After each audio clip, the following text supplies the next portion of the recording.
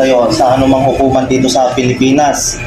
May karapatan ka ding kumuha ng sarili mong abogado. Kung wala kang kakayanan, ang gobyerno ang magbibigay ng isa pa rin sa'yo. Bandang alas 8 ng gabi ng Pebrero ay ikinasa ang Anti-Illegal Drug Bypass Operation ng Intelligence Drug Enforcement Unit ng San Jose del Monte sa koordinasyon ng PIDEA.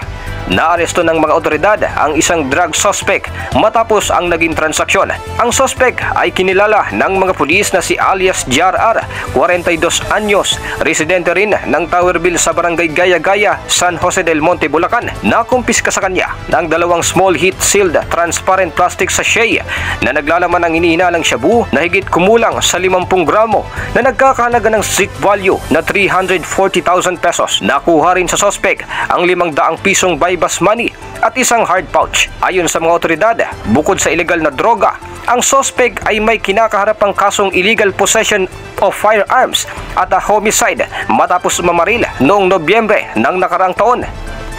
Ang suspect ay dinala na sa ospital ng lungsod ng San Jose del Monte para sa medikal na pagsusuri, habang ang reklamo ay inihanda laban sa suspect sa kasong Republic Act 9165 o Comprehensive Dangerous Drugs Act of 2002. Pero sisi na po ako kasi dala lang po ito ng kay Ramon.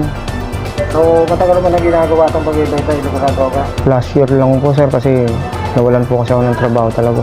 Pero nagsisisi po ako kasi pati po pamilya ko nadadami sa katarantaduhan ng ginawa ko. Para sa RTV News, Warren Reyes, Romaragasa sa balita.